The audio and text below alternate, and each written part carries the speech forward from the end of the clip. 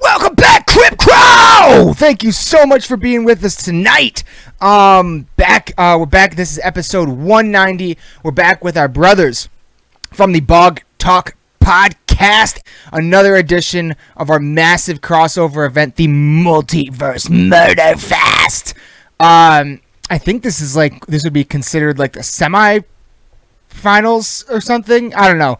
It doesn't matter because tonight it's going to get insane. Eddie's fighting. Mothman's fighting. Odorous is fighting. It's going to be nuts. But I wanted to jump in real quick and do some shout-outs.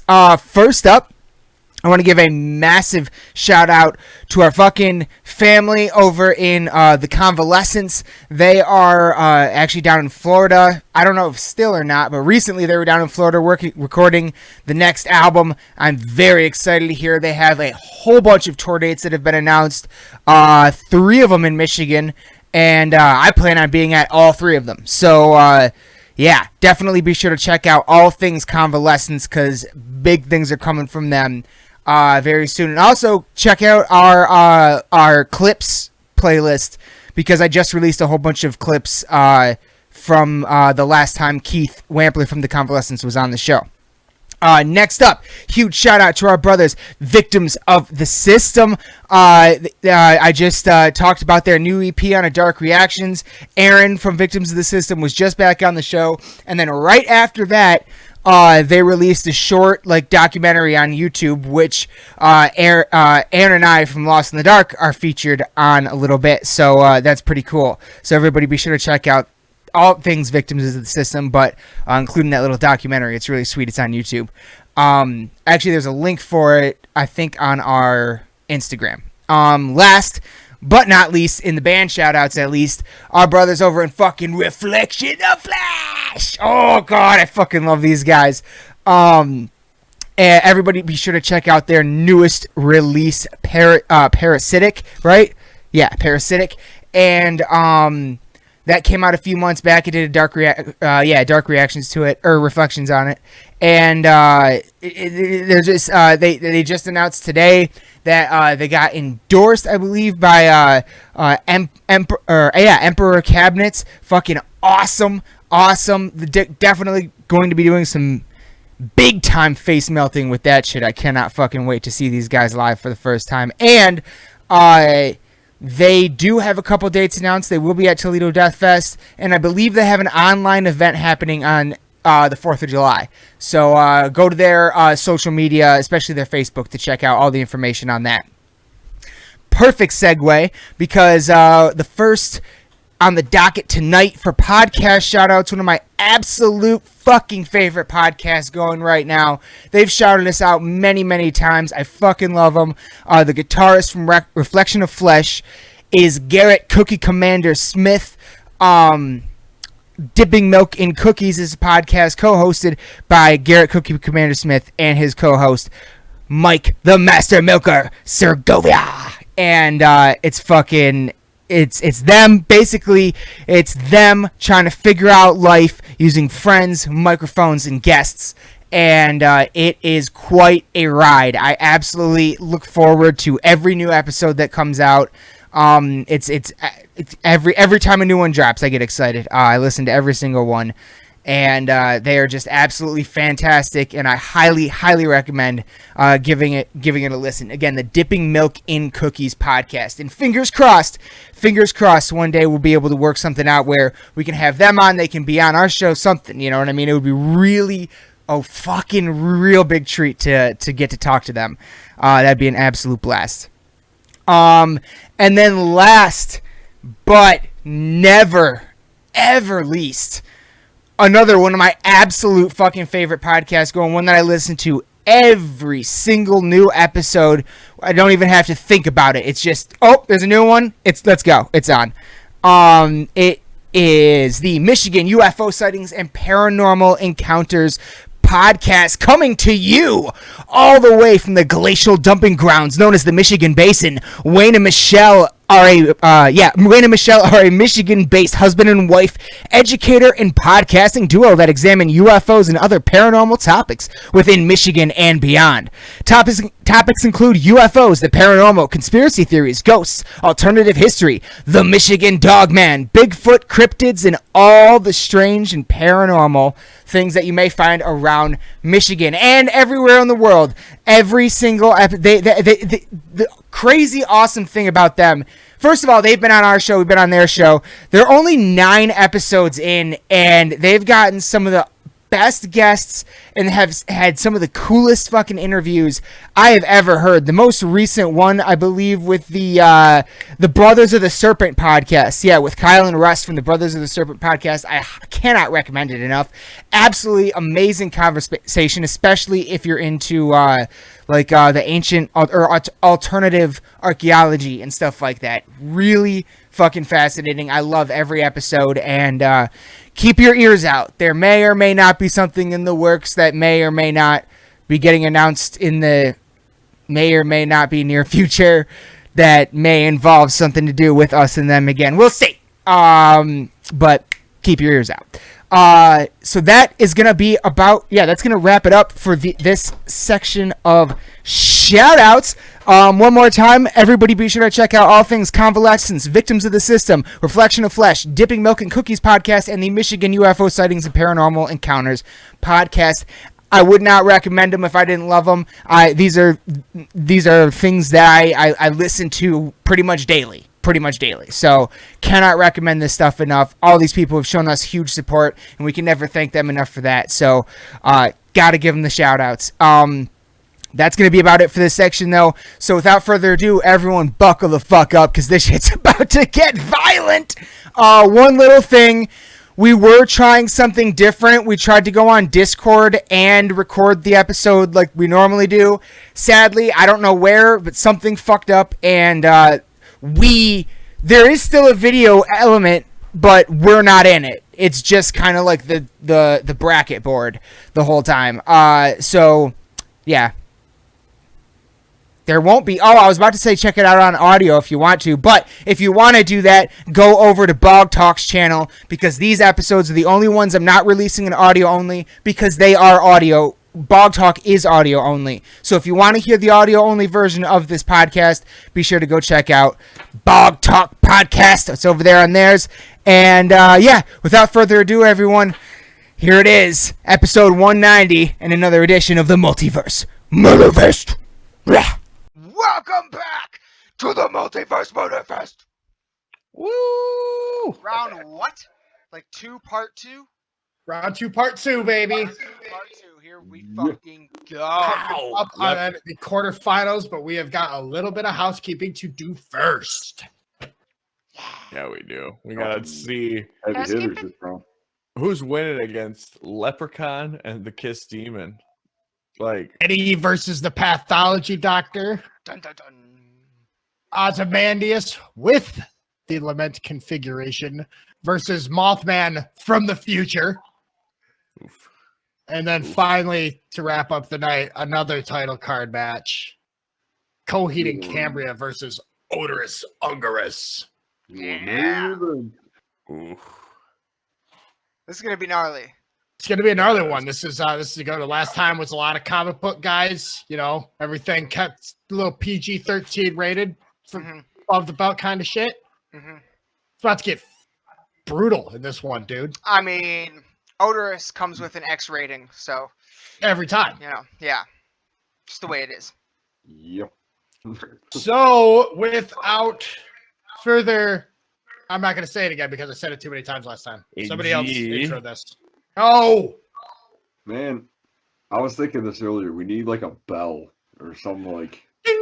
well, Well, who was we it? Ed, you talked about a gong. Fucking so yeah, we got Leprechaun versus the Kiss Demon first. Who had the Kiss Demon? That's I'm me. pretty sure I'm sticking with my Leppy boy. Oh, Bog So Talk. Bog Talk Hold up. SmackDown. Because I honestly think that Leprechaun would take this no problem. Because like, what can the demon do? He can breathe fire. Hey, hang on. We gotta say. We gotta. Wait, are we diving in? Oh, We're yeah. going. Okay, we're gonna set up a oh. location. Okay, and I wholeheartedly agree that the Kiss Demon himself is no match for the Leprechaun, which is why I'm going to use my round 2 ask. Oh yeah. I'm going to ask because obviously I'm at the disadvantage here for the return of the whole band, and that includes getting a car for Peter Chris. Wait, what? His little shitty fucking sedan that he got dropped off in Yeah. last time. No, Yeah, that guy's not available to give him a ride again. My rebuttal is just Peter Chris. Just Peter Chris? That's Just like Peter nothing, Chris. dude. That'd be like A body That'd shield. be like giving fucking Michael Myers some like nice Adidas in the first round, like or in the second round, dude. Like, okay, cool. What's that do? Like, Yeah, the leprechaun would pop in and be like, "There's plenty of ways to skin a cat." oh Kill him. no, he's already, you rebutted with that because you already had a one-liner, and it was great. No. It was a great one-liner. I actually didn't plan that. I was just kind of rolling with it, That's- but it sounds like I well came done. up with it like 2 days ago. Because I'm gonna be honest, man. Like, it's just Leprechaun going up and against another full band, and he already knows what he's doing when it comes to that.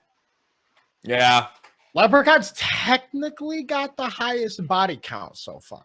And Kiss is notoriously known for being a greedy band that will try to make money in any way. So him being like, "Oh, you're trying to steal gold from me, huh?" Mm-hmm. I don't know if it's stealing gold, dude. I think they violated a contract. They made a wish too many. They're just using Leprechaun's likeness as their tour merch. Oh, he's coming in to try to get their money. That's So why. they Yeah, just- it's a reverse Leprechauning. Yeah, He just like hops up on stage and just confronts him in front of everybody. That's how. You it So starts. this is taking place at a Kiss concert, At Madison Square Garden. Madison Square Garden. This sounds like a Leprechaun movie Actually, yeah. where they would have been able to license Kiss during pre-production, but then at the last minute they probably pulled out and they had to use some like really bad fast middle band like Cleveland Party City. Like the song just in a major key and shit. they just did off-brand versions. Yeah. Great value Kiss. It's called Smooth. So yeah, I think asking for at least all right, I'll settle at which one do I want? I want Ace Frehley. Yeah, that's fair. Having like a second in commit. Well, actually, if we're doing it at a Kiss concert, the whole band's gonna be there regardless. The whole right? band? Okay. So I'm gonna say, because as a DM in D&D and all my various games, I follow what is called the rule of cool. And I think it's if something's cool, it supersedes anything that would be beneficial to the DM or sometimes the entire session. But if it's cool, it happens. And I really, really like the idea of Leprechaun saying there's more than one way to skin a cat, and then peeling Peter Chris's face off behind the like jumping up behind him and like grabbing the top of his like at the hairline and just like and then So, like hates drummers. oh yeah, dude. He always oh my god, you're right. It's the second time because it's a Leprechaun movie, dude. So like obviously they're just like, all right, what worked first time? Yeah, they liked that scene in the first one, so we'll do that in the sequel too. It's cool. Oh yeah, so that happens for sure. Doesn't the Kiss Demon have the Kiss Army behind him, or is that last round? Oh, dude, they That got was last decimated round. last time. Don't you remember? Gozer pretty much wiped out the Kiss Army. We're left with like That's right. 3 or 4 band full Yeah. of dudes. Yeah. So Gozer put up a good fight. Yeah. Mm. Gozer the Destroyer. But I think that's a good idea. Have Peter Chris snuffed Just- out real quick. Real quick, just get it out of the way. And like, Gene Simmons and Ace Frehley are like, oh no. No. That's how it starts. They're fucking playing the show, Madison Square Garden. They're like, all right, here's Peter. He's about to start his drum solo, so this whole set becomes like center stage, you know what I mean? He's getting risen up in the air and shit. And then a green puff of smoke, Leprechaun appears on his shoulders and just rips his face off. And everyone goes fucking wild in the crowd, dude, because they think it's part of the show. Yeah. Like, Peter Chris is actually cool. Mm-hmm. Lep uses some magic and has him start drumming, and everybody's like, yeah, fuck yeah. No, it's just Lep like hopping around and jumping on the drums and like slapping the cymbals with his hands. It'd be really cheesy. And then he'd probably backflip off it and land on the stage. And then right as one of the other guys, like Gene Simmons, goes to grab him, he just is like, thank you, Cleveland. Disappears. Puts an illusion up so that Paul Stanley thinks there's a beautiful young woman trying to kiss him, but it's actually one of the pyrotechnics before it goes off. Now, Oh, having That's pretty good. that's like some Final Destination. Yeah, dude. Lep loves doing that. The little illusions that lead people to think that, oh, I'm gonna kiss a beautiful woman, or like I'm gonna put my face in this girl's boobs, but it's actually lawnmower blades. So yeah, that pyrotechnic thing, that would be a good move. It would be really funny to see too. Like he's just like trying to like lean down into the crowd and kiss a girl.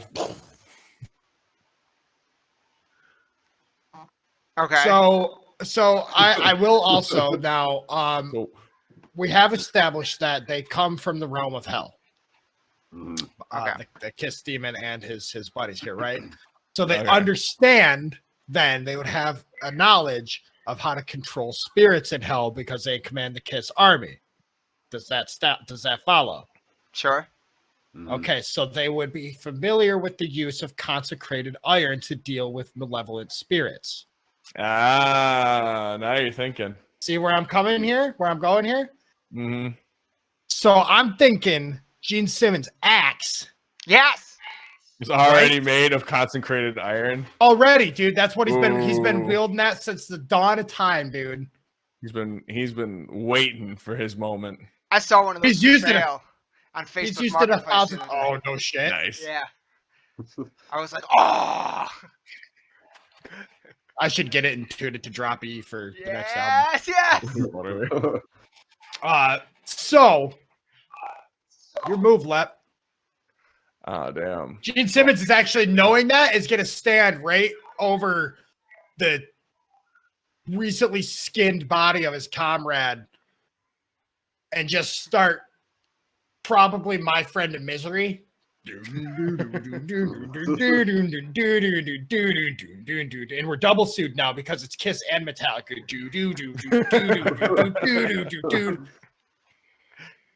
And then at the drum, that's fucking Lep's behind him, and he turns around. He's gonna take a swing at him.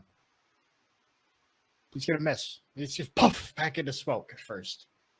Then he's gonna be on top of him, grabbing his eyes, trying to rip his face off like he did to Peter Criss, trying to do his evil deeds. His evil deeds.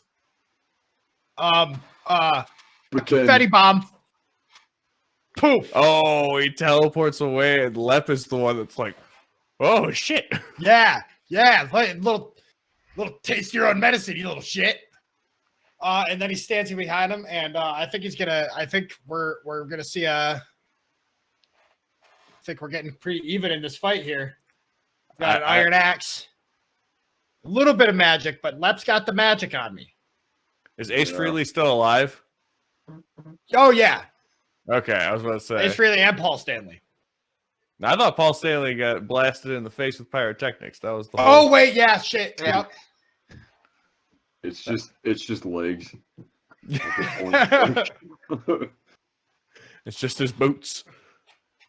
Just knees smoldering. Yeah. So yeah, Ace Frehley's still alive.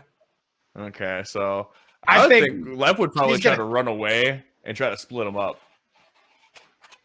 Dude, Ace Frehley's gonna hop on that flying guitar from the first one. He's just gonna start chasing him just with like the whole time. The only way he can power the flying guitar is by going, yeah.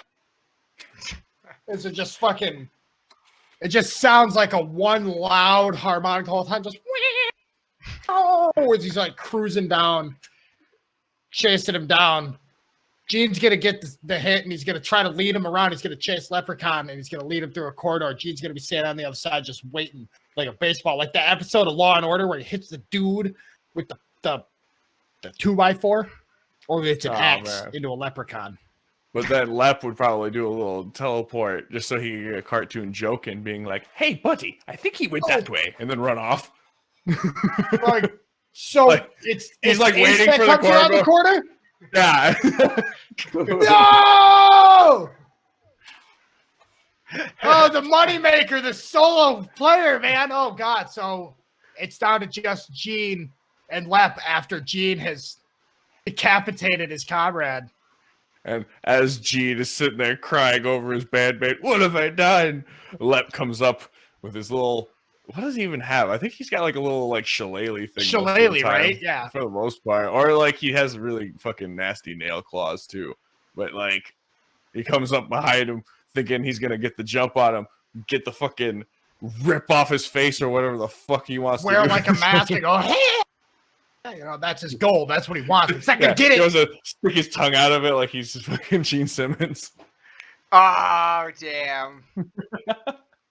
That's kind of the kill shot. I think that's what's happening in his dream bubble. You know, he's just ripping it off. And Fuck. That's pretty good. Yeah, that's a lot better. I think, because he just, I see him just going berserker, man. He's just going to start swinging, breathing fire and swinging this axe. Maybe even heat up the axe with his fire breath and start swinging it around. oh, that's pretty fucking epic. Purely for the imagery, right? Spread this white hot axe, cutting through shit. Basically on fire. You know, oh, I don't know. Keep going. That's irrelevant. Like I said, we're now it's 1-on-1, and we've got Berserker Kiss Demon with a flaming iron axe versus a malevolent pseudo trickster god, demigod at best. Yeah, demigod at best. Because he's more of a fairy technically by a Gaelic standard. So he's Fae. Yeah. So it's a demon versus Fae. This happens a lot in D&D. It's I just picture it like somebody explaining this as if it was like some battle for like the ancients or whatever, and it was like that. It's like that scene in Pick of Destiny where he's like picks up the guitar, takes up the pick, just starts shredding mad licks or whatever. He's like, yeah, that's the guy, or that's Lep with his bass, just picks it up and just starts shredding his face off. Yeah. Oh no, he picks up the fucking guitar of Paul Stanley and they fucking start having a shred off. Oh. Okay. Gene with the flaming guitar. Yeah, Gene with the fucking white hot bass licking it down all fucking down the fucking thing, and then you got Lep over there playing along with him, fucking shredding. Just so you can sell that on a fucking poster. And if that, if that's the situation, I mean, Gene's. I mean, you know, I would think Gene would have the upper hand. I don't know what Leprechaun's guitar playing capacity would be, but then again, he is a magical person that can make wishes and stuff happen. So, and on top of that, but I'm saying that historically, the last time someone from hell challenged someone from another realm to a musical face-off, hell lost because of Phoebus. Oh man! Oh man! Is Leprechaun about to fucking beat him in a rock off and send him to hell? See, that's the thing. Literally shreds Gene's face off. Oh my god! And he still gets to fucking wear his face. Yeah, it just peels back off. It just peels off. It's like a Metalocalypse death scene where he just starts bleeding and the fucking face just peels off itself. And then the final shot right there is Leprechaun picking up the Gene Simmons face and putting it onto the crowd is going fucking nuts because they love it. I even watched that Yeah. episode of Scooby-Doo to like prepare for this. I thought that I had my fire breath and my concussion confetti grenades ready to go, but You didn't even use the fire breath. I did. I used it to heat Oh. up the guitar, man. Oh yeah, that's right. He Make those shreds so faces. hard. He shreds so hard he turns into John Goblicon. Summons him. And they just rip him apart together. That'd be John fucking Goblicon sick. moves on. John Goblicon is here now. Well, shit, man. I'm All pretty right, sure there I we put go. him in as one of the Yeah, metal he was. dudes. Uh, He you did. Yep. He Yeah, one of the scenes. It is, Leprechaun man. wins. Leprechaun moves on, sending the Kiss Demon back to hell for the final time. But the fucking thing is, dude, it's fucking Kiss. It's They'll be not the back. final time. They're gonna be back this fucking summer with another farewell tour. And a new pinball machine too. Oh, because why not? Yeah. Kids don't play pinball, right? No, Gene. Hipsters play pinball, and they only play the old ones. I don't know, So- dude. That Metallica one is pretty sick. Iron Maiden wins. There it is. Iron Maiden's pretty cool, yeah. Speaking of, Hey. another pinball machine rep. Ooh, coming what up a here. perfect segue. Who's got Pathology Doctor? I'm pretty sure that's me, and I know Wow. absolutely nothing. So I'm sure Eddie's about to make short work of me. Well, Eddie. see, Eddie. I don't know, because you could argue if we're going, because I like, and I don't know, I guess it kind of depends on like how you're approaching Pathology Doctor, as far as like is it like just one record, or is it, because for me, like that was kind of the thing, is like when I was looking up, I sent you guys that video of the like how strong is Eddie actually in like Yeah. comparison and stuff, and like there's like, I guess like every like version of him is like part of a bigger Eddie, is a part of like his main thing. So like they're all like the souls of like the bigger, so like each different part is a piece of him. And I guess he's got like the power of a, what is it, like a, how do they call those, like the stars, Supernova? something like that. Yeah, it's like a superstar or something. Like Quasar? Dwarf Star. Yeah, his name is Dwarf Star. Yeah, Oh, nice. that's the big, like, yeah, it's the guy from mostly, I think they were kind of in, because like they talked about the ones like from the video games and stuff. They also talked about that one, which is like, I guess kind of like what's the album, it's I think it's like just before, it's the space one, Final Frontier. That is a space one. Yeah. The one before that one? Yeah, well, that was the one I was thinking. I was gonna say the one before. God, what's the Souls? Oh, Book of Souls. Yeah, which I don't know if that's right or not, because I feel like there was an album in between there. But you could also argue that like Pathology Doctor, there's quite a few. Like there's the one where he's like in space and stuff, and there's the one that, so like you could, I feel like, you could have that kind of like, kind of like size it up in that sense, because there's quite a few different iterations of him. So I don't know, I feel like they're pretty even. Okay, then I pick the Pathology Doctor from Lords of what does that say? Refham? Refam? Refam? Refame? Think so. Lords of Refame?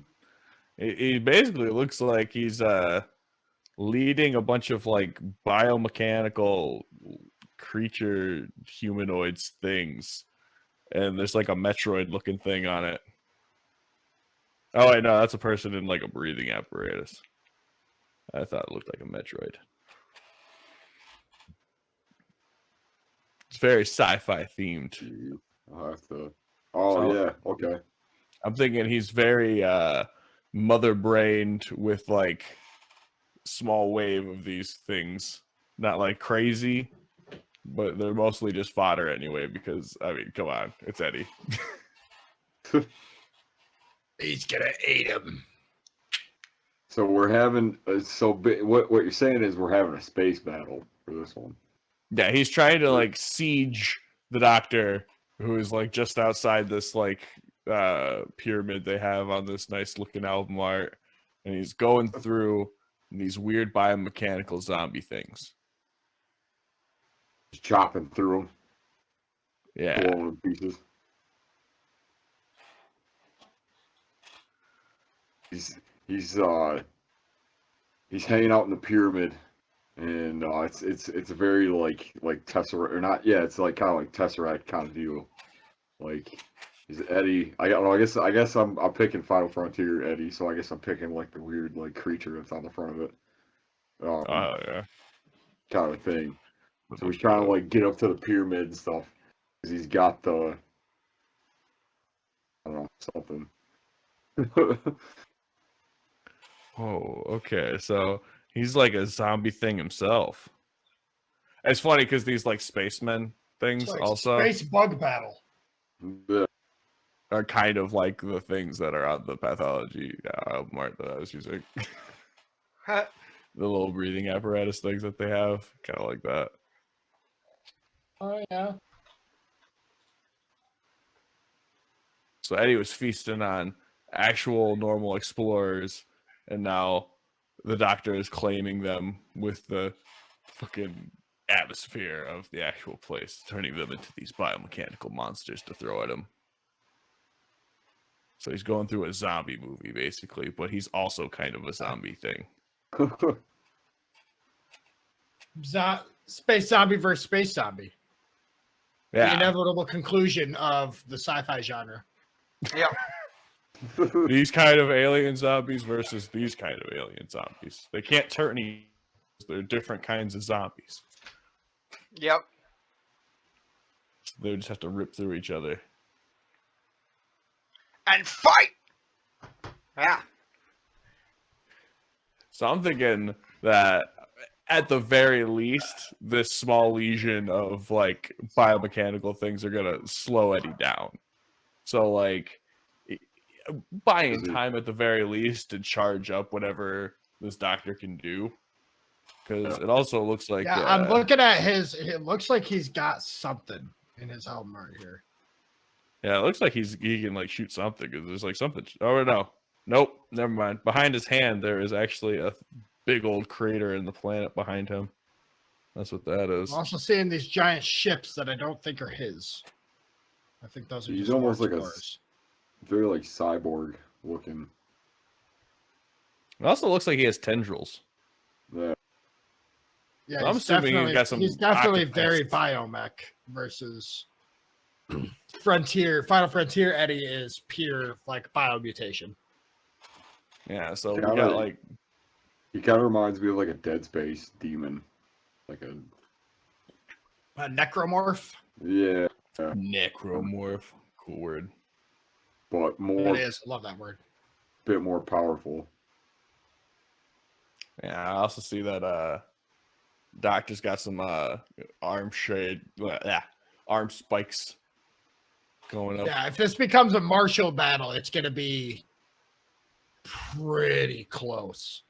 Yeah, because like he's got at least like a little bit of armor protecting him with the biomechanical stuff, and like with the small horde, it's gonna be a decent fight through that. You know, like It's gonna be a decent fight, but I'm also seeing that. Oh, excuse me. Final Frontier Eddie already has some pretty wickedly exposed parts. Mhm. So I'm assuming, short of full physical destruction, this Eddie is going to continue to fight down to the last cell. Right, yeah, until like he actually can't move anymore. Well, what I'm kind of seeing from that is like there's like the thing that's going into the helmet, which kind of I don't know if that's like but I'm gonna assume that's like taking the life from him. So like he kind of like regenerates health. Oh yeah, you think he charges his batteries that way too? So when he's going through all the things that the doctor's throwing at him, he kind of like absorbs that, and then I'm not sure what that axe thing is. I guess it's kind of like a It's a badass there, guitar. but Is it what it isn't. is. Mhm. Yeah. Yeah, I'm looking at it. So it just. Yeah, it looks like kind of like a club thing.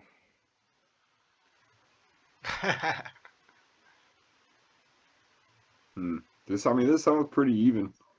Like it's Yeah, it is their fair. It's a fairly good match. So it's in space. They're fairly even, so nobody gets a perk. No perks. I mean, I would argue that the Doctor is almost more because it looks like from this, it kind of looks like he's taken, like he can like absorb the power from everybody. So like as is kind of like the dude that's in the center, like it looks like he's almost grabbing him, like pulling him towards him. So maybe Right, like got he's like that as almost well. like sucking them into his form to make himself bigger. Yeah, So the Doctor come at uses him. the Horde to do that, you think? That's kind of what I'm seeing. So if that's the case, then the more Eddie kills, the less big he can get. Oh, that's a good point. Yeah, Hmm. it's like a really like two-step boss battle kind of thing. Mhm. Huh. And you know Eddie's wiping through them. Yeah. Oh, Yeah. He's taking little tips here and there, but he's definitely feeling it. Yeah, Well, nothing so we've- life-threatening, but yeah. We've kind of said that both of them are able to kind of do the same sort of thing. So Essentially, yeah. as long as he keeps throwing stuff at Eddie, then he's gonna keep growing from it. And as long as the Doctor keeps absorbing everybody else, it's like a bet. Like they just kind of keep going until they're just like floating in space, just Until he's that going other at it. album art where he's standing on top of the planet. Yeah. That's the logical conclusion. Yeah. He becomes a planet-sized doctor. I don't know, man. Yeah, they're I think- just like throwing haymakers in space, just floating around. Like, Yeah. You got Eddie, the fucking honestly, Final if Frontier it one, comes to climbing up him. longevity, oh, because I think the only thing that would give, I guess, if we're going off of that, the only thing that I feel like gives Eddie the upper hand is that he's not really like mortal. He's not like human, I would say. Whereas the pathology doctor looks like he's a bit more of like a cyborg kind of robot type deal. Yeah, it looks like he Maybe- could definitely be powered down with the right kind of hits Yeah. and At the very stuff. least. But he's also pathology like, doctor gets thrown into the sun, he's gone. Eddie gets thrown into the sun, there's 1,000 other Eddies. It's yeah, there's still Eddies, but there's not that Eddie that he picked. Yeah. Oh yeah. He turns into Book of Souls Eddie and just like No, it'd be phase 3. Okay, because I think Pathology Doctor at least has like the genius level intellect to realize what he's up against at some point. Because like this Yeah. version of Eddie is like very monster-like in its own way, and like he knows his fair share of monsters at this point. He also knows his Yeah. fair share of doctors. I misspeak. But yeah, I'm thinking that maybe Pathology Doctor has a decent chance up against this version of Eddie specifically, just because I like think it's pretty. he also has like the tendrils that he can like grab onto him with and like potentially fucking get some really cheap shots in, you know? Yeah. That was one of those that I didn't really see that until I started looking at it. Yeah, exactly. I didn't see. I was really That's- like looking yeah, through it while we were talking because like I don't know anything about this character too much. It's just like I put him on there because I was like, what is a metal fucking mascot I can think of? Yeah, no, it's in many.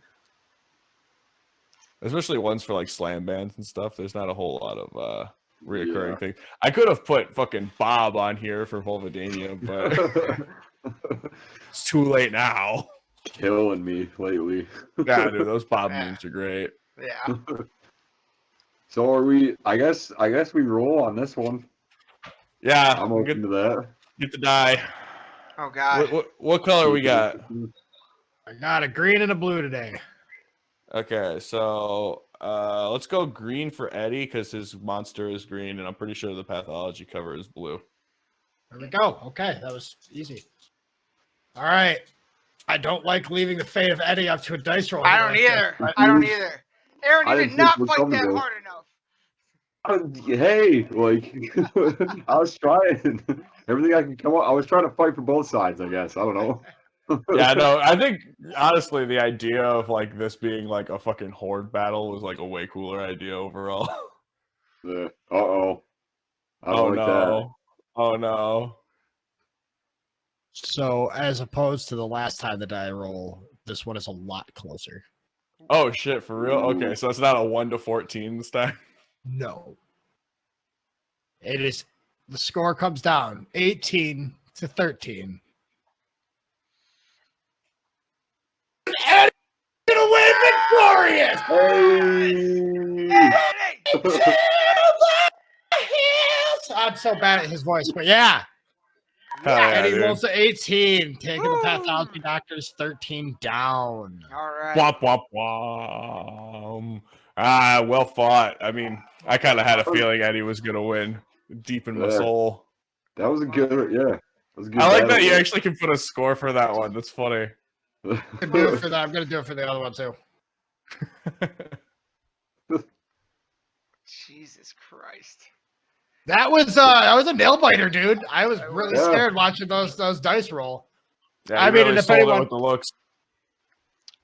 Everyone's oh nope, never mind. Cut that part of the video out. I didn't realize all the shit that was on my desk.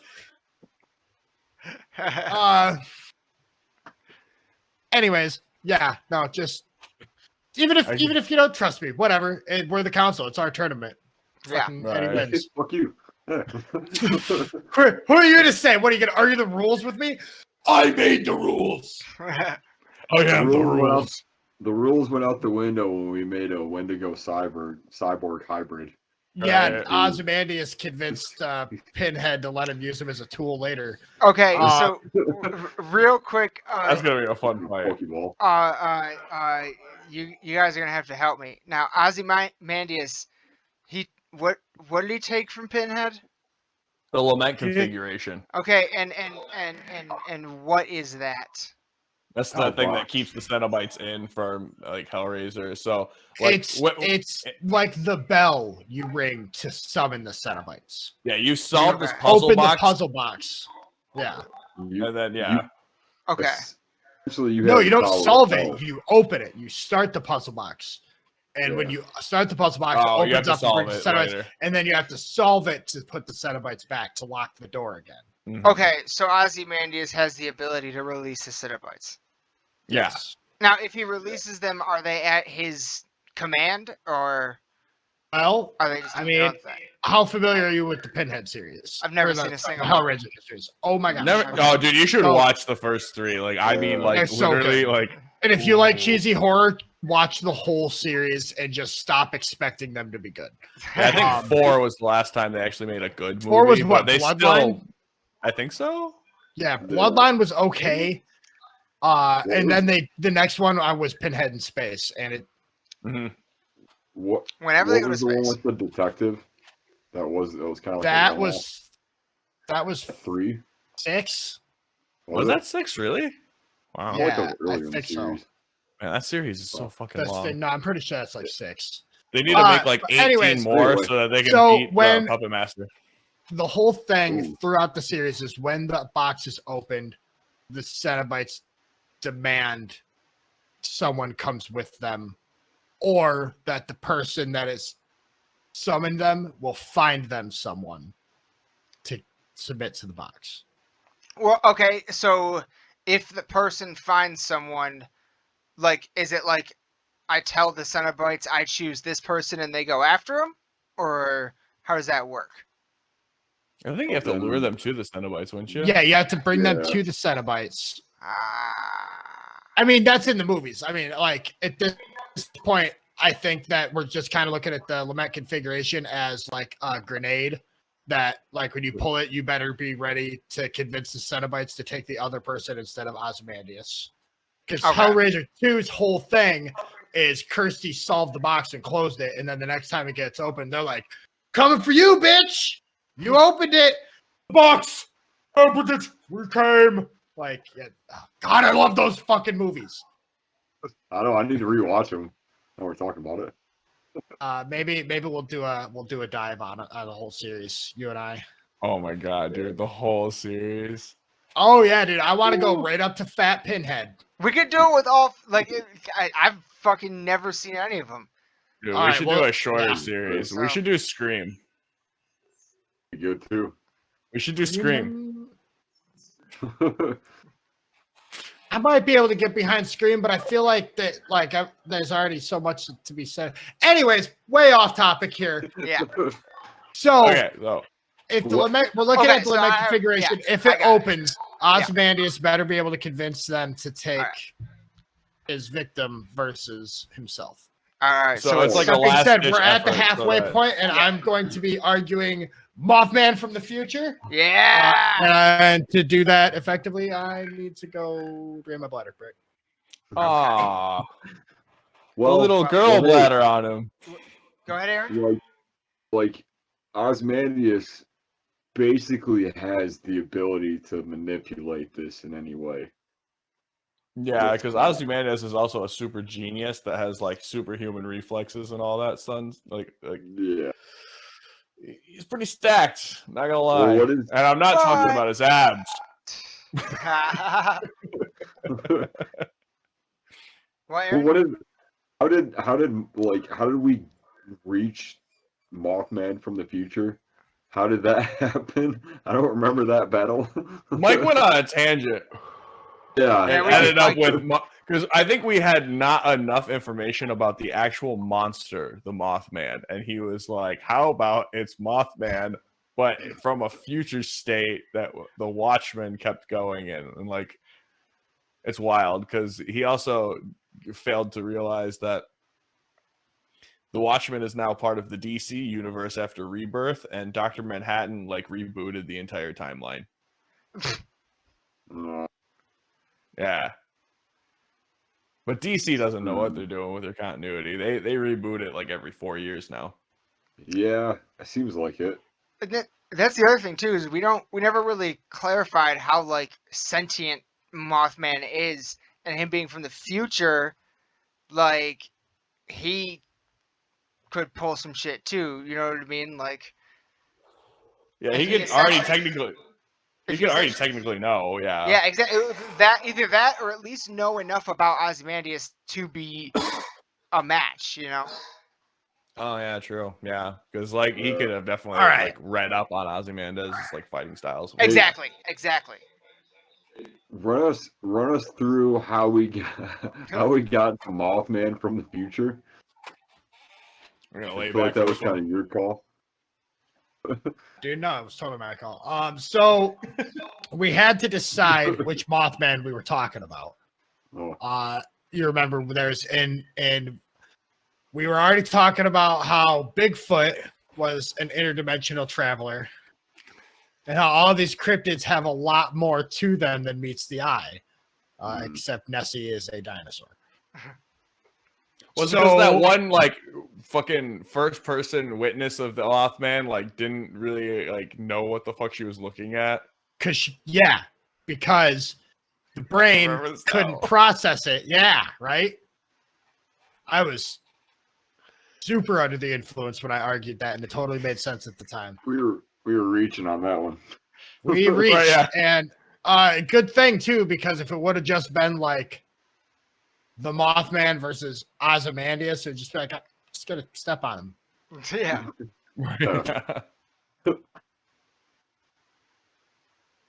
Well, So So is it I don't know. Mothman the superhero, or is it like a future version of the monster? it is the future time traveler that comes back and plays tricks and jokes. So he's like What- Booster Gold, but different. what does Mothman have at his disposal? I guess is the big question. So, foreknowledge and the ability to give sunburns with his eyes, and he can fly while standing Ooh. upright. Yeah, Yeah. no, that's literally there is a bunch of the reports of the Mothman. people that he talked to ended up with like intense. Oh shit! Hold on. Super intense sunburns from like one guy got talked to through his car window while it was like rolled halfway down, and like the angle that the guy was looking down from, the exposed skin had sunburn, like part of his face and his neck and his chest. Other people that were banging about by an old TNT factory ended up with sunburns on their crotches because Mothman was like, "What's that?" So then, couldn't it be more like he's radioactive? Yeah, that was kind of what I was getting at. It was like, okay, so we're from the future, so essentially that could have mutated to some extent, or he Okay. just had heat vision. No, I think I like the idea of it being radioactive, so it's not just where he's looking at you, Right. but like it's just the exposed skin. Right. Yeah. Okay, so radioactive Mothman from the future versus Ozymandias with the millennium configuration. Where are we fighting, dude? I'd say we fight. I don't know. What are you thinking? Abandoned warehouse. I'm gonna say Mothman. Yeah, Mothman is gonna find Ozymandias because, again, foreknowledge. Right. So a wall of TVs like Ozymandias is known to do. Mothman goes looking for him because he knows he has the Lamech configuration, and that's the key to winning Mortal Kombat. The Multiverse Murderfest. Or he's Jesus trying Christ. to. Come on, Aaron. Tournament. He's trying to fix the sacred timeline with the TVA. Don't. That was the last episode. That was last episode. Wrong show, man. Sued by everyone. This is over. So is that what's happening? Is that what's? Yeah. I don't know. You guys are fighting. I'm just making shit up. Nope, I think. So he's definitely he's gonna seek him out. Where? Probably at Ozymandias' little winter retreat. Okay. Oh yeah. Having fixed the big hole made by Dr. Manhattan's massive fist. So I thought you were gonna say something else. Yeah. So Ozymandias is. No, that just made a big imprint in the snow when he squatted down to talk to him. Ozymandias is in his winter retreat. He is. What is he doing? He's having some hot cocoa by a fire. Watching his million TVs. Playing Fortnite. Yeah. He's got the million TVs, but one of them, he's just fucking playing Fortnite under the name Noob Master 69. Yeah. Oh, there we go. That would be funny shit. And I heard you're kind of a dickhead. You know? And so what happens? That's the setting. Take that it, right Mike. there, dude. Straight up. You see Ozymandias playing Fortnite with the fucking configuration. Just like sitting next to him. Yeah, he's got it on the couch, like on a pillow. He's like, yeah.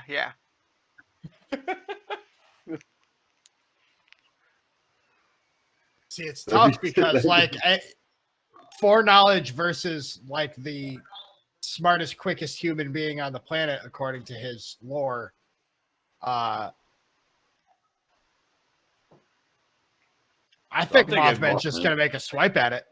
I think he's gonna bust in, fucking guns a-blazing, and you're gonna have Ozymandias being like, I knew you were gonna be here. Like, why did you even try that? And like, I knew you knew. Like, you knew I knew, and you knew that I also knew that you knew.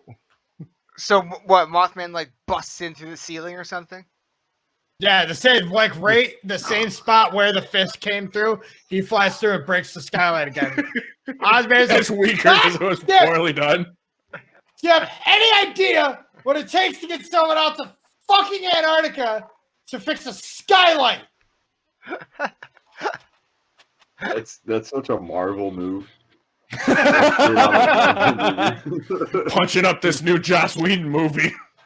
Yeah. Hey man, it worked. It helped build a franchise, man. So Mothman crashes through the ceiling. He's gonna grab that shit, man. He's gonna go for it. He's Not going necessarily. right, he's What going was that right the for the plan? limit configuration. He's What was going that the right- plan? So like when he grabs it, fucking Is that, Click. is that a thing that? Is that a thing? is that a thing you can do? Could you No, like you have possibly to. set it up it's- so like when you get No, pressure no, put on if- it, it would open up? If you You have to, like, you forcibly have open to it. consciously you have to consciously start opening it. Oh, It's like you opening the box is what brings them there. Your curiosity at the box. damn. Okay, because I was thinking he could like rig it so that like when he picks it up, the box opens, so that technically Mothman was the one that opened it. Right. Mm. Fuck. So yeah, no, that completely makes my point null and void. Okay. Well, both of them are clearly very curious. Yeah, like both of them are clearly very curious about it. So either one of them could open it if Mothman Good traveled back argument. through time to get to it. So either of them have the ability. At the But very did least. he go back to get it away from Ozymandias or to use it himself? Ooh. It becomes a motive thing altogether now. I would Well, say now- get it away. Yeah, take it away from Ozymandias. Yeah. Now Mothman. Now here's where the reason I like it being from the future, and the whole reason I picked this was because now I get to argue time travel. So here's the thing: if he goes favorite and he thing. grabs it because of something Ozymandias was going to do, and he prevents him from doing it, one of Since two he's from the possibilities future, so happen. he wouldn't fucking exist anymore. Well, Right. either A, yeah, he eliminates the reason for him going back in time, therefore eliminating him going back in time at all. Meaning Mothman Nice, phases out of nothing. existence. Right. Fuck. V, Hmm. time split where, Avengers style, Right. the future now Which- becomes the past. And now he also created his new future by He's- reinsuring that. Exactly. So he's going Okay. through his new future, meaning now that he has the box, the future that he wouldn't necessarily have a plan after this. Because This is he all wouldn't be able to uncharted really go territory. back to his timeline then at that point for Marvel's fucking No. endgaming it. Because then man, that, So we're multiversing it. So I guess we gotta decide time which travel. multiverse we're gonna Terminator or Time Cop? So where the rules don't matter. Because on both ends of that Oh, sorry. spectrum, that Sorry, Terminator 2 or Time Cop. okay, yeah, because like if you just say the Terminator franchise, time travel means nothing in that fucking movie. Well, Terminator 1 is Bootstrap, where him going back is the reason Skynet got created. So it was always going to happen. That single timeline. Whereas Terminator 2 is he went back and changed it, but it still happened because of his actions. So it was always going to happen. He just changed how. So it's multiple timelines. God damn it, James Cameron. God, right? The incomparable James Cameron. Have any of you watched Future That- Man? I Yes, have yes, only watched the yes. first like 3 episodes. I've watched all Yeah. of it. Okay, you remember the episode when they go to the future and it's James Cameron's house and the AI Yes, is sick yes. talking about him? Yes. The who insufferable is the James AI? Cameron. I can't remember who played it. It was somebody super fucking famous too. It was like, was it Sigourney Weaver or like? It might have been. I can't remember, but it was awesome. But Yep. so at this point, Mothman's got the limit configuration. He has gotten it away from Ozymandias because of whatever he was going to do, and he's going to open it. Mothman opens it. You think he'd Yep. be that foolish? I don't know anything about Oh. Mothman. Just kind of assuming that he wouldn't be a It's true dummy. because no, you're right. He wouldn't. No, yeah, it's a good point because he took it from Ozymandias. It's obviously because he opened it and something bad happened, right? Right. Yeah. Maybe he killed his mom in the future and he's like, no, I can't miss my mummy. We're not doing the Flash.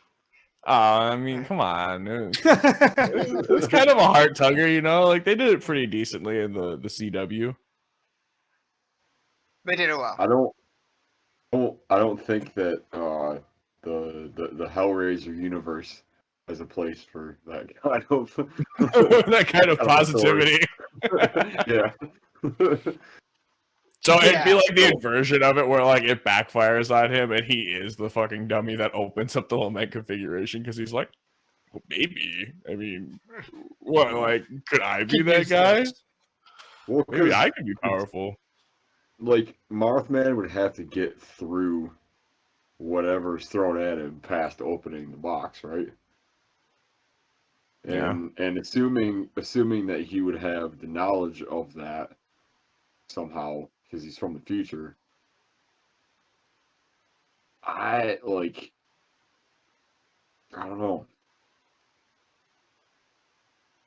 This is a tough one. Because Because it man, basically comes down to who opens the box and who the Cenobites take. Mm. I guess Kinda. that's a roll then. That might be Decide wrong.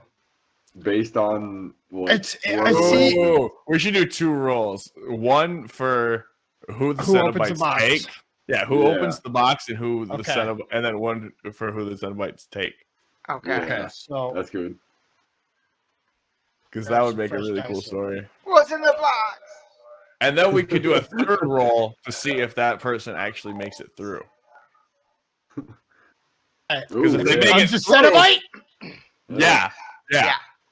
Like Yeah. if they can make it through, like we'll give them like a margin of like 5 points, maybe. Like Okay. do like we'll have like a peak that they have to hit instead. So like it'd be like 20 through 15 that they'd have to That's- hit on the roll. All the dice check score. I like where your head's at. Yeah. So like it's like not like a crazy like likely situation, but it's just enough that it would make it kind of spicy. Okay, What's in the gold for box? Ozymandias. I'm going pink for Mothman. Nice All right. for the sunburn. All right, This is who highest, opens the box. lowest score opens the box. All right. Damn, switching it up. Oh, Ozymandias opens the box with a 4. Ooh. Okay. So it's Okay, so now it's a Not battle of bad. the wits yeah. of them trying to convince the Cenobites who to take. Right. So highest Not- score wins, meaning the Dexterity other check. person goes with them. Yeah. Well, the first one was a dex check. This is a whiz check. Or maybe no, this would be a charisma check because I have to argue. Oh, that makes sense. Yeah. Okay.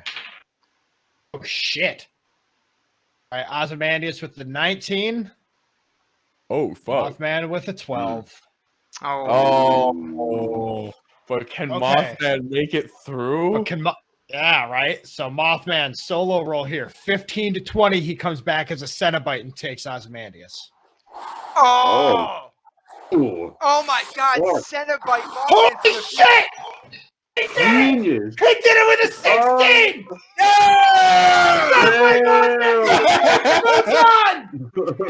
Wins! From the What top the rope. fuck even is this tournament anymore? It's turned into just dice rolls of what the fuck. Ah! God! Oh shit! Ozymandias just couldn't even win. He got taken by the newly formed Mothman Cenobite. He didn't see it coming The Mothman Cenobite. from the future. Gee. From the future. FTF. Yeah. Future Mothman. Mothman Cenobite. Yeah. It doesn't even fit on the thing. He wins with the 16. Ooh. Oof. Holy shit! That's Yeah. amazing. Honestly, I did not expect that. That was intense. That's amazing. No, man. That was setting that dice check to see if he makes it through the centuries of torture to show back because he's a time traveler. So that's the thing. He gets taken, and then immediately, like as soon as Ozymandias is like, I win. I guess I move on to the next round. Fucking future Mothman Cenobite is standing behind him and Yes. just sex tortures him. Yeah. I Wept. Well I'm done. so glad. I think that was a great. Wow, Yeah. Oh that was Jesus! a great round. Oh, fucking beautiful. This I next feel, one. I feel like this next round is a little bit. It's not going to be as So wait, Contentious. close. real quick, before we move on. So he's a Cenobite, right? So does that mean that he has the Lament configuration, or does that mean that? He has the powers of a Cenobite. Has the So powers of a Cenobite, but he's not bound by time because he can time travel. So he can just like disappear for half a second when he's with the Cenobites, go do his own thing, and be back before they even knew he was gone. Yeah, because he's on his own time frame. So who has the Lament configuration? I think it just kind of goes back into the ether. It's just sitting in Ozymandias's abandoned Arctic fucking tomb now, man.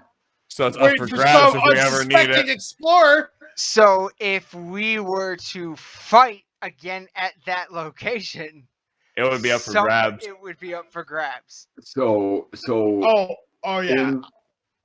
So like, all right.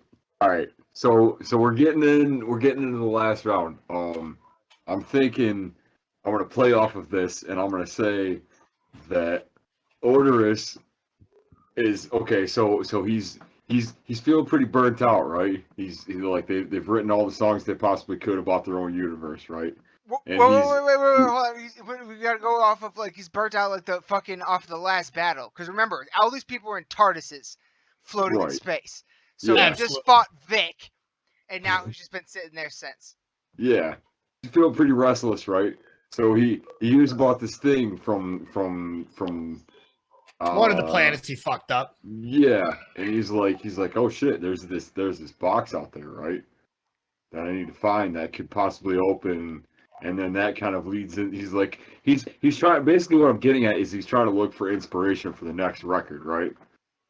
Oh, because So- you heard about the most brutal thing in the universe, and it's actually the Lament configuration. Yeah. So he goes and tries to find it, and meanwhile, Who's standing in his way? Two Jagoffs that are wiping off Ghostface blood currently. well, in that honestly, like that kind of works out perfectly because Coheed Cambria is a very spacey, very like sci-fi. Dude, this battle works in universe. Yeah. Mm-hmm. So I guess we start there. Maybe I don't know. Start on like a certain planet. I mean, but here's my thing though. We could you could start there where Coheed and Cambria are already at the cabin. Odorous arrives, but you could also, damn it. There are no rules to this. Listen, listen. I fucked up. I actually just fucked up because I had already. Keep in mind, I'm arguing Coheed. I had already written them off, and I was about to say you could just do it next round with Odorous.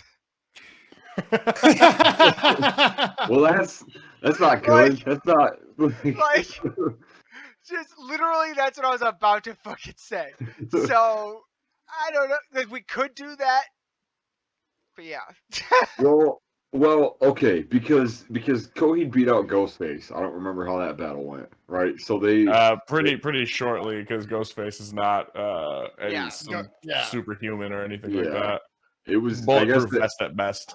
Yeah, I guess it ended up being more of like a space, like. It was for them. It was more of a murder movie where they were trying to sneak up and hide among the crowd to take them out, and they couldn't. Oh yeah. Yep. That's right. And then Coheed gets them. Or Yep. no, yeah. Yeah, Cambria. Yeah. Yep. So.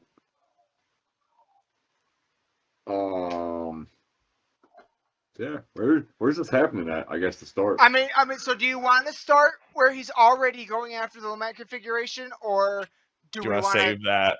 Yeah, do you want to save? Yeah, I think we Yeah. use the Lament configuration to lure Odorous to his next battleground against whoever you know. Assuming- Assuming. he wins.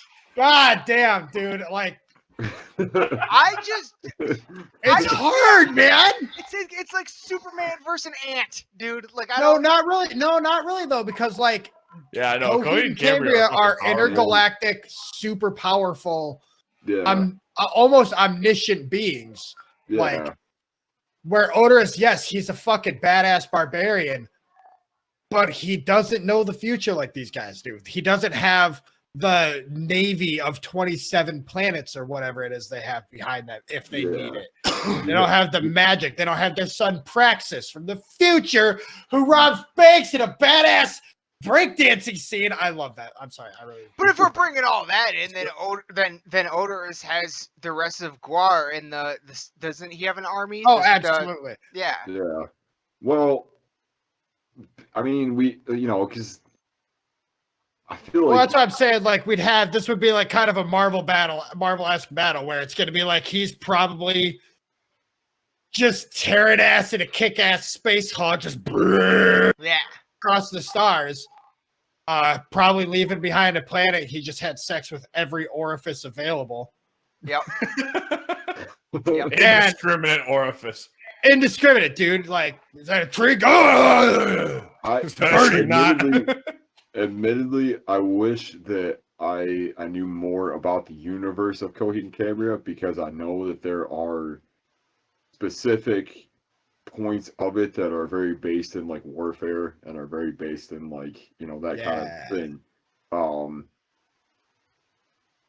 But I just and I guess like my point for bringing that up is like maybe that's something to go off of, because I know that like there's I'm gonna say Coheed and Cambria would definitely recognize the fact that Odorous is incredibly dangerous. Yeah, so he needs to be he needs to be stopped. Based on the story and what I know of these characters, like they're not like just regular people as far as I know. Like they have some kind of like some kind of ability to them. Like there's something else. Yeah. Cambria especially. She's like omnipotent. Got mind control, psychic blasts, forming psychic energy into tangible objects. So like Green Lanterning it, and like that's kind of cool. But hasn't Odorous also traveled through time? Yeah. So the future knowledge. No. Time works differently where he's from. I don't think he's traveled through time. Yeah. I'm pretty sure that his whole thing is that the universe he comes from, time moves much quicker. So that's why he's like 50 billion years old in our universe and -14 in his. Oh, okay. Again, that is the resin-stained grasping at straws that my brain is doing for understanding Odorous's lore, because admittedly I don't know much, but what I have researched tells me he's not a time traveler. He's a dimension traveler who's experienced different time speeds. That's why he's like 50 billion years old. Okay. Yeah. Oh. Okay. And via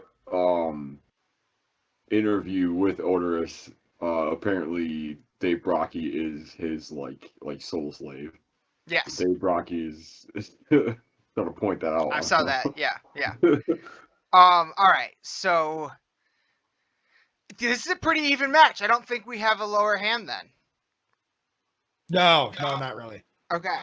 I didn't really realize I had such a strong match.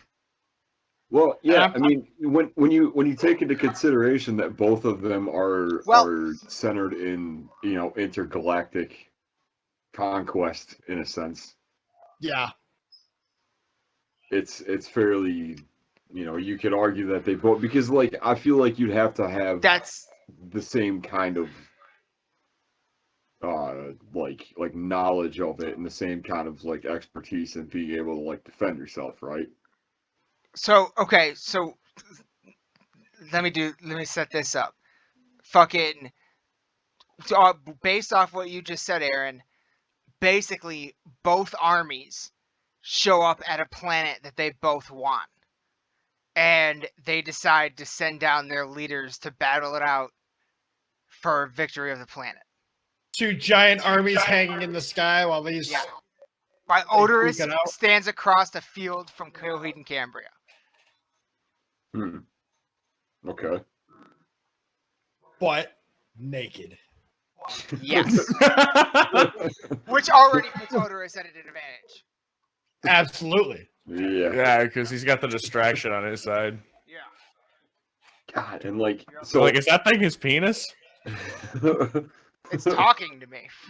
and like the pro yeah the problem with like trying to defend Coheed is that like the storyline of it, just speaking about that, is so dense. There's so many different points of it, and like points of it that I don't even really know how to explain and stuff, because there is, there's the Armory Wars, which is their entire like, their whole like battle. There's like the four albums. There's like the crowing and stuff that happens at the whole event and stuff, and like so trying to piece the two together. So I guess like, if we could kind of like reach like a general idea of The what, height of the Armory Wars, right? yeah, yeah. Like, where I would generally say like they're at the height of their powers before all the bad shit goes down. Yeah. And they come across Odorous. Yeah. Who is top of his game, fucking raw dogging planets. Mm-hmm. Like impregnating planets, yeah. Yeah. Yeah. Yeah. He's all So yeah, we basically have like an end game style Yep. showdown, throwdown, standoff. But are we on like, I'll shred this universe down to its last atom. It's like, I will fuck this universe down to its last atom. Yeah. But are we going with they meet above a planet and they send them both down? All three down? All right. So it's a fucking hand-to-hand combat. Yep, I think it's gonna get down to just straight physical prowess. It's like D&D terms. Still, it's a barbarian versus a couple sorcerers. Yeah, kind of. But do they? Oh yeah. So Coheed has sort of like she can do the Green Lantern thing. I'm looking for the collector's edition of the Armory Wars, and fucking this listing is $450 for the complete set hardcover. Yeah. So, shit. The only one. Hang on. What's the Armory Wars? That's their like series for they have like a Cambria. comic series. It's like where like their lore comes from, really. Yeah, the only one I've been able to find is the second one. That's why I picked it up. But anywhere else, I've just like it's like a big.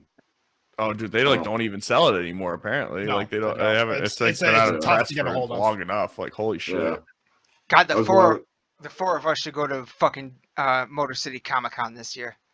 I'm down. Bet you find it there. I bet you find it there. I found a like sweet 3 ass times the Samurai listing. Jack comic one time that was just so good.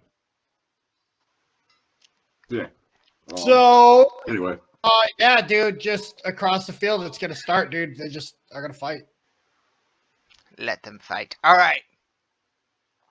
So okay, what is or wait, which one can do the Green Lantern thing? Cambria. What does Coheed do? He's More the of a beast. fighter. Okay, so he's just gonna Fighter, charge. He's just gonna fucking charge right at Odorous, just off the rip. He's just gonna fucking charge, and Cambria is going to like try. Yeah, there's no fucking. Her telekinesis doesn't even work on Odorous. So Coheed has his left arm that can turn into a blade, and his right arm can turn into a cannon. Yeah. So he's launching cannon fire at Odorous. Odorous is well, I can't speak for Odorous, but he's launching cannon fire at Odorous, fucking trying to get close to him to get him with the blade, while Cambria is fucking like trying to use her psychic powers on him, but it's not working. So she just tries to like come up with some kind of defense or something for Coheed. So hey, real quick, I don't know if you guys have read through the wiki, but I guess I'll just set this up so that we kind of have an idea of who we're talking about. So Coheed, it says, husband of Cambria, he harbors the Monstar virus, which when triggered causes the cooling of the star transformers that holds the planets in keywork. That's lore type stuff. Blades can protrude from his left arm, and his right arm is robotic, turning him into some kind of cannon. Previously members of, that's all like lore stuff. So he has at his disposal 2 blades and 1 arm that is robotic. Cambria, wife of Coheed, she possesses some type of psychic or clairvoyant abilities, like we stated. Right Runner takes her own life at the end of set. Yeah, she appeared. Yeah, okay, so that's all kind of canon stuff too. So I guess that doesn't really matter. So basically, yeah, like that's kind of just like added knowledge to what Coheed is, what he's able to do. I wish, who would be great for this debate? Fucking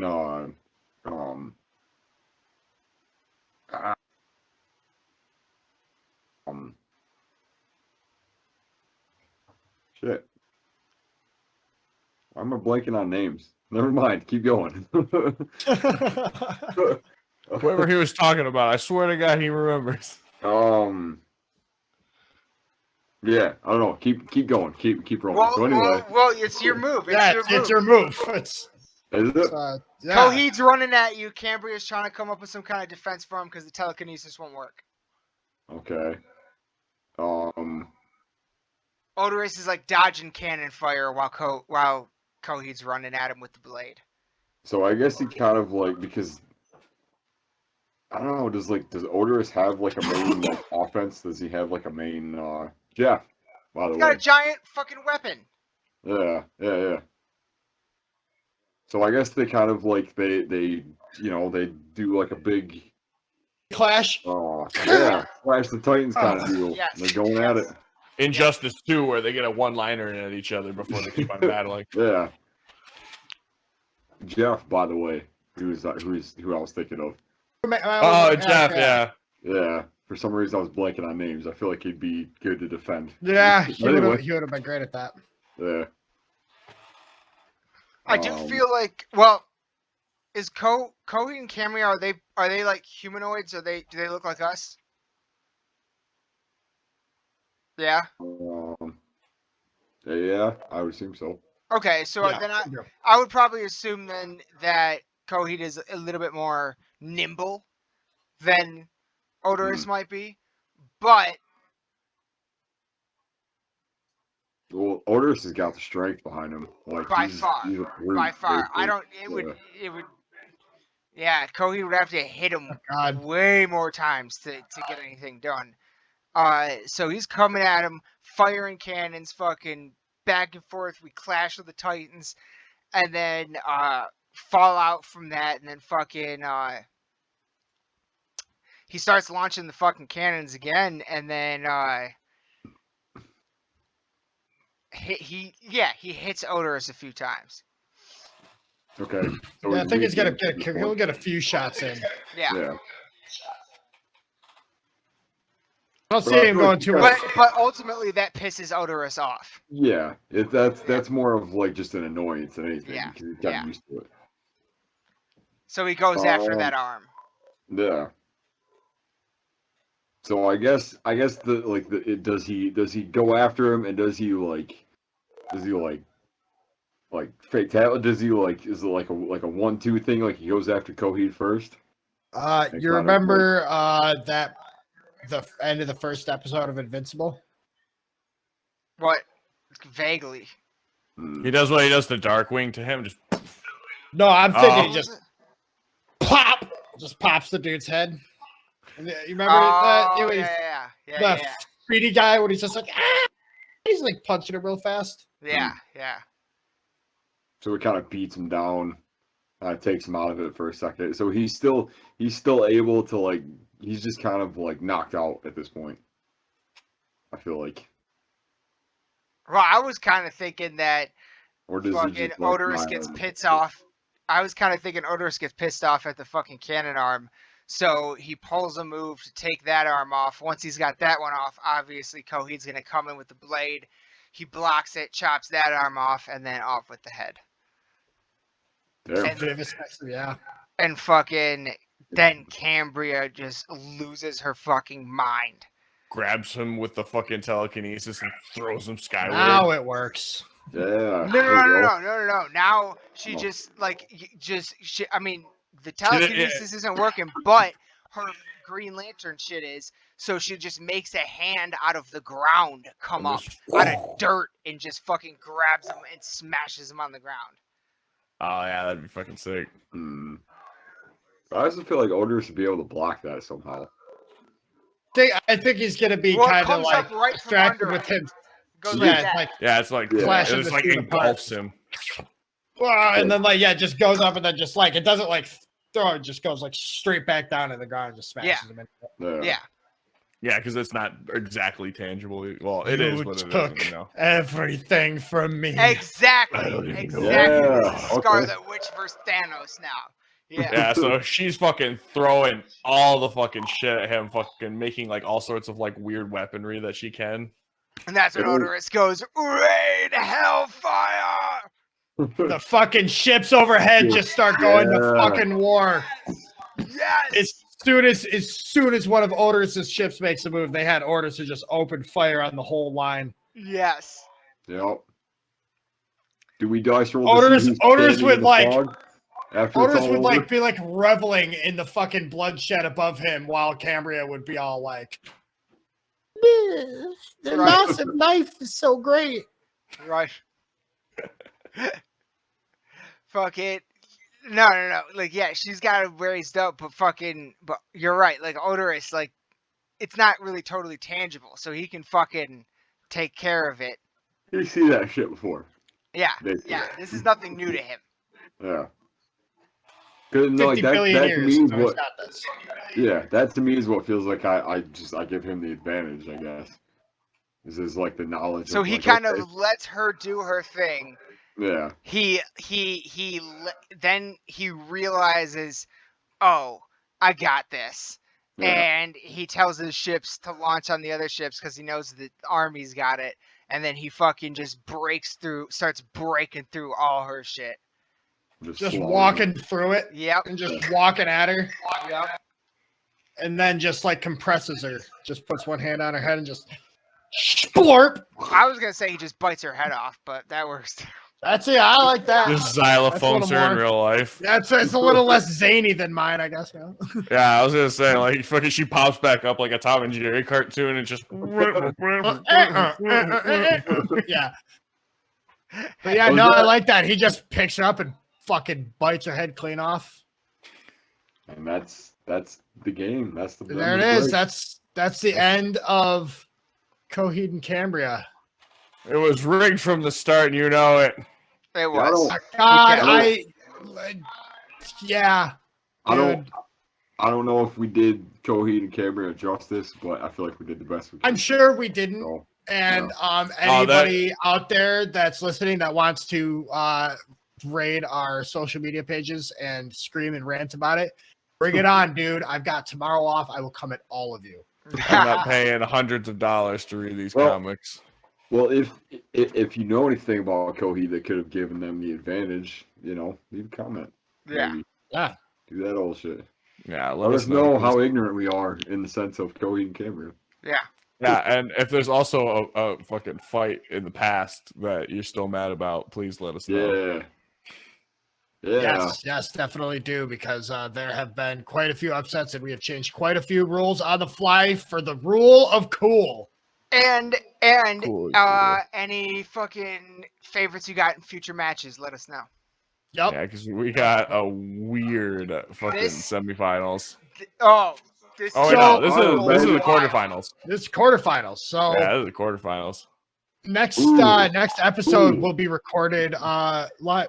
I mean, this one was, but it was to an empty room because we didn't tell anyone. Right. But the quarterfinals will be live on the Swamp Club Discord servers. So go ahead and look. There's links below this posting on Spotify. There should be one on the YouTube video. Yeah, send me a link for that so I can put it there. I will do that. I'll make sure I send you what doesn't expire. I will. There's the links are everywhere. Get on the Swamp Club on Discord and head over to the Bog Talk live studio. You'll be able to listen to the quarterfinals live. We'll be maybe taking some chime-ins if we get to a point where we'd be normally rolling dice. Maybe we'll bring in a member from the audience, can bring in a chair or a multiversal equivalent. I don't know. Or maybe they know something, they pull some reference, you know what I mean? Like, if you've got something, I mean, so the quarterfinals are as follows. Next episode will be Ultron versus the Joker. Like that. The Mermaider wielding all black, the Necro Sword versus Thanos. And then, as you heard earlier tonight, Leprechaun versus Eddie. Oh, and then the future Mothman Cenobite versus Odorous Ungris. I'm personally excited for that one, solely because I've been waiting for Odorous to encounter the Cenobites. That's going to be sick. Yeah. It's going to be disgusting. It's going to end up with Odorous fucking becoming a Cenobite himself, but also not being part of the limit configuration because he's too powerful for it. So are we gonna how are we deciding who argues who? Are we gonna do that off air? I think we're gonna do that off recording. Okay. We'll come at it surprise. So as always, get on there and place your bets, people. It's quarterfinals are happening next week of the Multiverse Murderfest. Yes. And everybody, fucking Bog Talk now has an Instagram. Yes, get over there. And Bog Talk Podcast on Instagram, man. Hit that up. Follow us. We're going to be starting to put more sound bites and stuff on. Yes, we've got some stuff from the cutting room floor from last episode that we'll be posting on there and not on our normal pages because it's a hot takes. So, go ahead, head over to that Bog Talk Podcast over at Instagram. Give us a follow. Tell your friends. It'd be great. It'd really help us out. Check it out. Oh yeah. But do that, and then until everybody, when we see you again for the quarterfinals of the Multiverse Murderfest, it's very quickly becoming comic books versus metal. This is going to be great. Yeah, man. I love it. Well, Leprechaun's still holding it up for the fucking horror side. Leprechauns and Mothman's holding it up for the cryptids. So, this side, it could be anything, man. We don't know. Well, I mean, the Mermaider's also a cryptid. Technically, yeah. So it's only wielding a comic book item. So yeah, exactly. That's my god. That's the fucking epitome of this fucking whole conversation. We have the ultimate DC versus Marvel coming up. Ultron versus Joker. Yeah, that's it's gonna be a big one. So once again, everyone, thank you so much for listening. It's just been a fucking trip, man, doing this every week to week. So fun. I always look forward to it. Me too. Always look forward to it. Hope you do too. Hope next week you join us over in that Discord so that you can hear us live, hear the stuff that sometimes gets cut out. Yeah. And jump in and participate with us a little bit, man. It's gonna be a blast. We hope to see you there. But until then, somebody else want to take it? I was kind of leading. This has been. I was expecting you to say stay swampy or something.